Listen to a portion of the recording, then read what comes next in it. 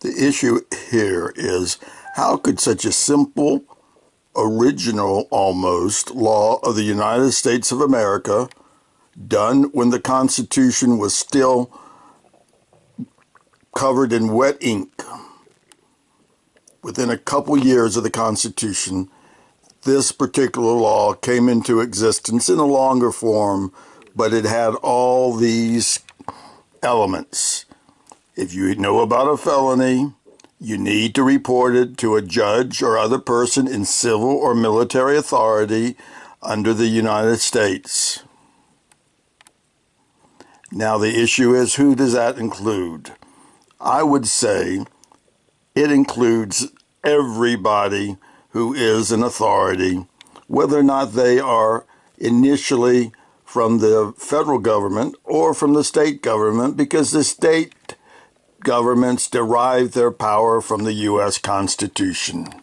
So I would say that a judge of either a state or a federal court should take such a notification, because it's expected under this law implicitly that they will take it and they'll see to its proper transmission to the investigated authority that the judge sees is most fit for the felony or felonies included. The judge isn't expected to rule upon it. He's expected to live up to his oath of office and abide by 18 U.S. Code 4, which implicitly expects whoever receives it to deal with it according to law, according to context, and at the speed that is necessary in light of the felony or felonies included. And then if not a judge, then you go to a person in civil or military authority. Well, I would say any military authority will do, because National Guards are controlled by the state, but also subject to federal rules. So even a National Guard authority would have to do it. Any civil authority certainly should take note of a notification of a felony or multiple felonies, and it shouldn't be a problem. It should be a quick receipt, and you transmit it to, in many cases, the Civil Rights Division of the Justice Department. If you have your doubts whether or not the crime involves civil rights, then you just do it to the Criminal Division of the Justice Department. If it involves an ongoing crime, then you do everything to get some group in the federal government to investigate. It again depends upon context. The context here is the FBI Greenville field office has been sitting on a hostage taking apparently occurred, and they have not even checked on the woman who was taken hostage.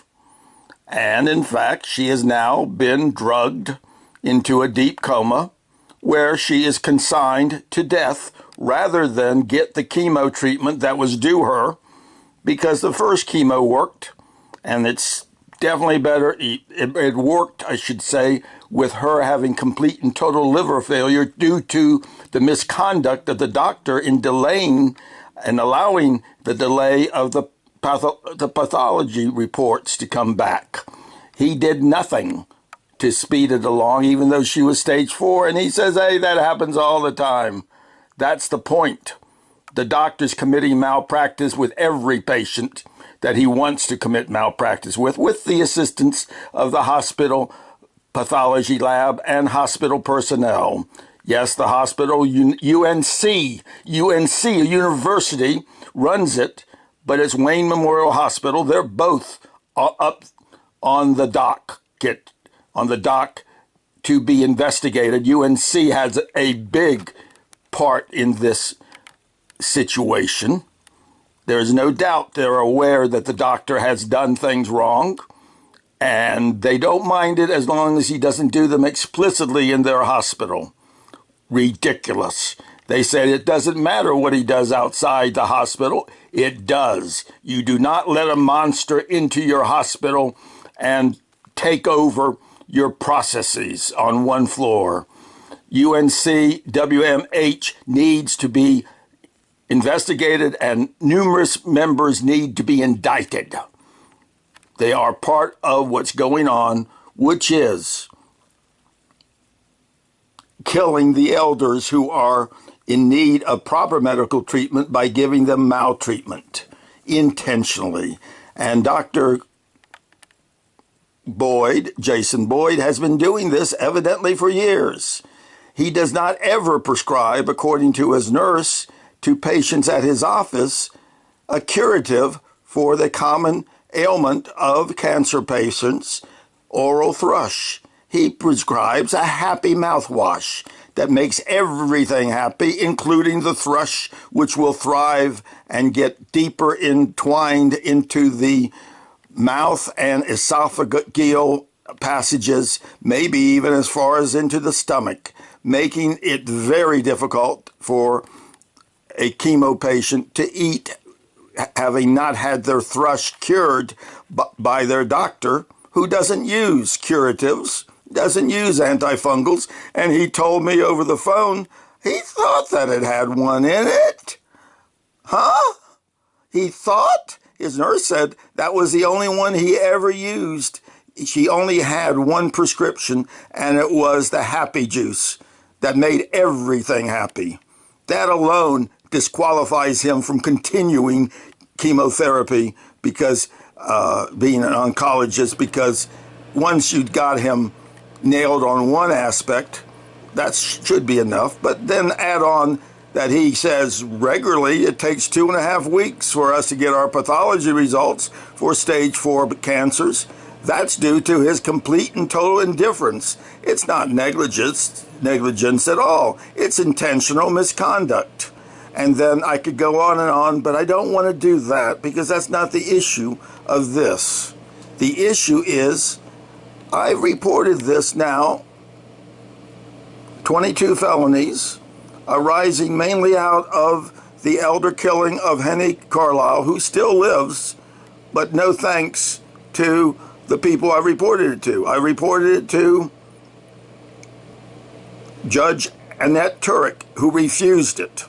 There's no basis for her refusal. She gave no basis other than it didn't involve the case. Well, it did involve the case. One of the parties assaulted me was her bailiff.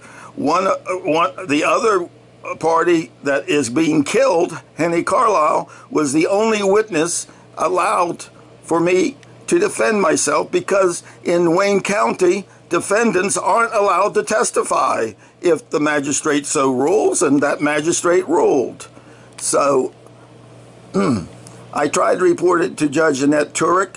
She's going to be disqualified for the fact that, well, she should be disqualified for the fact that she refused, even though it did involve the case. Very much so, the main and only witness allowed. I presume Judge Turek will agree with her magistrate and not allow me to testify as defendant. And the appellate court will agree, and the Supreme Court of North Carolina will duck it and not even rule upon how badly I was damaged by having no firsthand witnesses to anything that happened. And they'll rule that I should be evicted. That's easy. It's done all the time. We have a corrupt system. So Judge Turek is corrupt, and I think she committed a criminal act. She breached her oath of office. Then we go on to the FBI, who have sat on it and did not show any inclination to do anything about any felony, so I'd say they rejected them. Then we have, let's see, well, that's the civil ones, and the police and the sheriff's department had multiple felonies already against me, so I didn't even want to deal with them, nor the district attorney, who's intertwined with the police and the sheriff's department. So I saved them for last, so that I'd at least be walking the streets trying to stop things. So the next one was, after Judge Turek did what she did, I went straight to the military authority that's right here in Goldsboro, and they basically said that dear. They said that that's the end of the 18 USC 4 showing, but there's a nice little thing of a forest somewhere. You figure out where it is. So they refused to allow me to see the lawyer, the judge advocate's office, or talk to any lawyer. I'd been in that office many a time, but that was because the murder victim, Henny Carlisle, took me there. Yes, she is a regular at the legal office that turned her down. So Lieutenant Colonel Elizabeth Sprecher determined that she wasn't going to abide by 18 USC 4. She decided that even though they are military authorities, she was not going to worry about it. Look back at the beginning of this tape and you'll see that military authority doesn't say, unless a JAG officer says, we're not going to follow the law. We're above the law. The U.S. Air Force and Colonel Don Yates, we're above the law. So I went to his superior, which was harsh because Colonel Don Yates is in charge of a fighter wing, the 4th Fighter Wing. That's why he's base commander. His superior that I knew immediately was Air Combat Command Commander General, 4-star General Mike Holmes. Well, General Holmes was impossible to reach, but I know I reached his staff because someone on his staff, a week later, after they stalled, it took Seymour Johnson 2 weeks before we gave up on them, and now a week and more was stalled by General Mike Holmes's people. But someone of a higher rank than Colonel, Bird Colonel Don Yates, gave him an order on Memorial Day, sometime after I got done harassing the only people that would talk, the security command post. I made it very clear that their rear end was hanging out. Well, there being General Mike Holmes and his staff was hanging out. And so they got somebody of a high enough rank to get to Colonel Don Yates on his personal phone, on his family time, and he was quite provoked, initially trying to be suave and debonair, but quickly going into almost as though he was giving me orders. He made it clear that he was not going to cooperate and he was not going to report the felonies unless I withdrew the facts. I changed the facts that they failed to return the phone calls, that they ducked, and I had to do that and stop my accusatory tone, which meant change my testimony. That's 2 federal crimes, tampering with a witness together with obstruction of justice. Needless to say, Don Yates, Colonel Yates, was disqualified from being an appropriate recipient to carry it forth. I attempted to talk to Lieutenant Colonel Elizabeth Sprecher, and we worked out a deal whereby, even though she was likewise compromised, since her life was on the line, I thought she would do what she should have done at the beginning. She could do it as the staff JAG. She is a military authority at Seymour Johnson Air Force Base. She's in charge of the legal. But ultimately, she indicated she had no time to meet with me to do it properly. A life had been on the line now for many weeks at the time, and it was all from the FBI, and then Seymour Johnson had 3. Seymour Johnson and Air Combat Command had 3 weeks in addition to the time the FBI took. So, why? Why do these people think they're above the law? There's only one answer. They're pompous, they're full of themselves, and they're full of it. Totally full of it, if you know what I mean. They're wrong. And by obstructing justice and not doing what the framers of the Constitution and the original legislative body, the Congress that was in office the first half of the term of George Washington, they passed the Crime Bills Act that included this law. They didn't even think it was possible that a judge or other civil or military authority wouldn't get it, receive it, and send it on up the line. They didn't put anything in there, but you're still violating the law, fellas. General Mike Holmes, you violated the law, evidently, because your general staff do, and I know enough about the general staff that they will tell you when they have this kind of a problem. So someone of a rank of general called up Colonel Don Yates and gave him an order to not wait till Tuesday, and he called and attempted to obstruct justice and to tamper with this witness. He's really guilty of many things now. So, General Mike Holmes, Colonel Don Yates, Lieutenant Colonel Elizabeth Sprecher, you're all subject to indictment, in my civilian opinion. I'm not giving a legal opinion, but the law is clear. Then we go on to the sheriff, who's been notified, does nothing. The DA, very hostile office, who's been notified, done nothing. The local DA. The police chief, who is a part of several crimes and has done nothing about it because he let his man authorize a break-in by a crowbar into our home, the home of Henny Carlisle and her tenant, William Samuel McAlilly II. And I was evicted by crowbar and a police officer named Officer Harrison, who should be in jail within the year, in federal prison, for a term of not less than the maximum, because he's part of a murder scheme.